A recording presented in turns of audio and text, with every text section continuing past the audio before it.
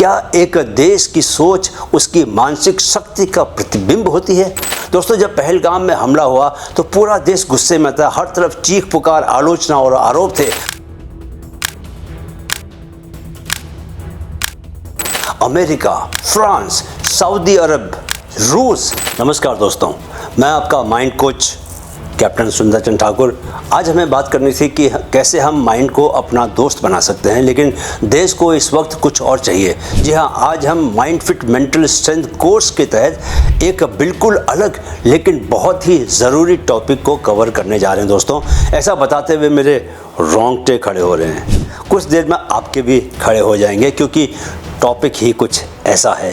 दोस्तों, मैं आपसे एक सवाल पूछता हूँ सबसे पहले, क्या एक देश की सोच उसकी मानसिक शक्ति का प्रतिबिंब होती है? जवाब है हाँ। 2025 में जब भारत पर आतंकवादियों ने हमला किया तो हमारे देश ने जो प्रतिक्रिया दी, जो रिएक्शन दिया ऑपरेशन सिंदूर के रूप में, तो वो सिर्फ सैन्य कार्रवाई नहीं थी, वो 5 अद्भुत मानसिक शक्तियों का प्रयोग था, जिनसे कोई भी इंसान, चाहे वो देश का हो या खुद का, एक नया इतिहास रच सकता है। चलिए आज सीखते हैं ऑपरेशन सिंदूर से हम कौन कौन सी मानसिक शक्तियां सीख सकते हैं। ऑपरेशन सिंदूर से मिलने वाली 5 मानसिक शक्तियां। Mental strength number 1, strategic patience, चुप रहना तब भी जब दुनिया चिल्ला रही हो। दोस्तों, जब पहलगाम में हमला हुआ तो पूरा देश गुस्से में था। हर तरफ चीख पुकार, आलोचना और आरोप थे।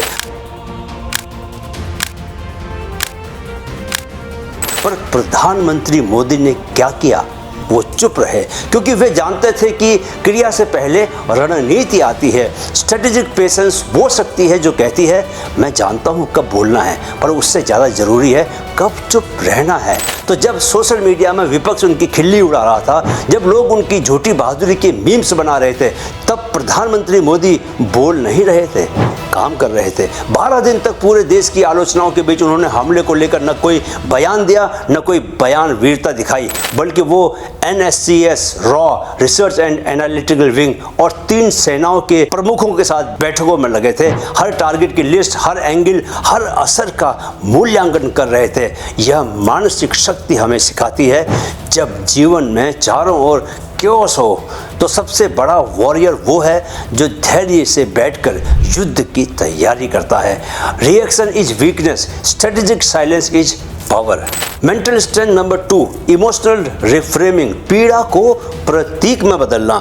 दोस्तों, ऑपरेशन सिंदूर कोई सामान्य नाम नहीं था। यह आहत नारियों के माथे से मिटे सिंदूर की कहानी थी, जो अब भारत के माथे पर शौर्य का सिंदूर बन गई है।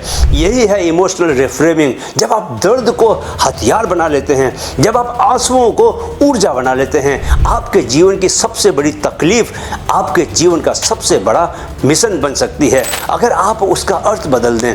Reframe your pain and you will find your power. Mental strength number 3, inner equality, जब महिलाएं सिर्फ प्रेरणा नहीं रणनीति भी बनती हैं। जब ऑपरेशन सिंदूर की घोषणा हुई तो 2 चेहरे सामने आए, एक महिला आर्मी ऑफिसर और एक महिला air force officer, colonel Sofia Qureshi, जिनका बेटा भी एयरफोर्स में जाने की तैयारी कर रहा है, और विंग कमांडर व्योमिका सिंह। भारत का संदेश था, हमारे भीतर जेंडर नहीं, लीडरशिप बोलती है। यही है इनर इक्वालिटी। जब आप जेंडर, ईगो या आइडेंटिटी को नहीं, काबिलियत और सच्चे मूल्य को महत्व देते हैं। दोस्तों, याद रखो, the strongest minds do not carry labels, they carry purpose. इस मानसिक शक्ति से आप अपनी टीम में हर किसी की आवाज़ को स्पेस दे पाते हैं, और यही किसी महान रणनीति की असली नींव है। Right. Mental strength number 4, precision thinking, जब आपकी सोच स्नाइपर बन जाए। दोस्तों, भारत ने 9 ठिकानों पर हमला किया, और सिर्फ वही ठिकाने चुने जहां आतंक की जड़ें थी। कोई सिविलियन कैजुअलिटी नहीं, कोई कोलेटरल डैमेज नहीं। यही है प्रिसीजन थिंकिंग। क्या? एकदम सटीक निशाना। जब आप किसी समस्या पर जनरल रिएक्शन नहीं देते, बल्कि सर्जिकल माइंडसेट से सोचते हैं, यह वो मानसिक शक्ति है दोस्तों, जो आपको गलतियों से बचाती है और आपको तेज और अचूक बनाती है। याद रखो, the strongest minds do not move fast, they move sharp. अगर आप हर निर्णय को स्नाइपर जैसी सोच से लें तो आपकी एफिशिएंसी 10 गुना बढ़ जाएगी, right. Mental strength number 5, diplomatic intelligence. लड़ो लेकिन दुनिया को साथ लेकर। दोस्तों, भारत ने हमले से पहले और बाद में हर बड़ी वैश्विक शक्ति को ब्रीफ किया। अमेरिका, फ्रांस, सऊदी अरब, रूस सब भारत के साथ खड़े दिखे। यही है डिप्लोमेटिक इंटेलिजेंस। जब आप अकेले नहीं, पूरी दुनिया के साथ आगे बढ़ते हैं।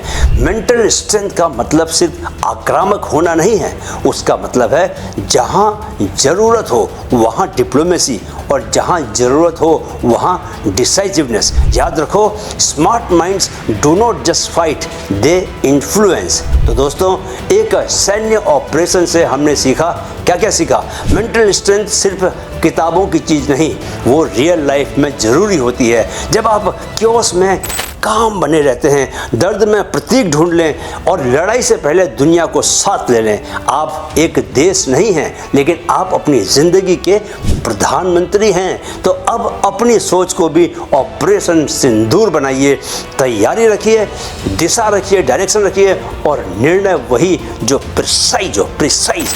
अब कल यानी कि डे 56 को हम how to make your mind your best friend इस टॉपिक पर बात करेंगे।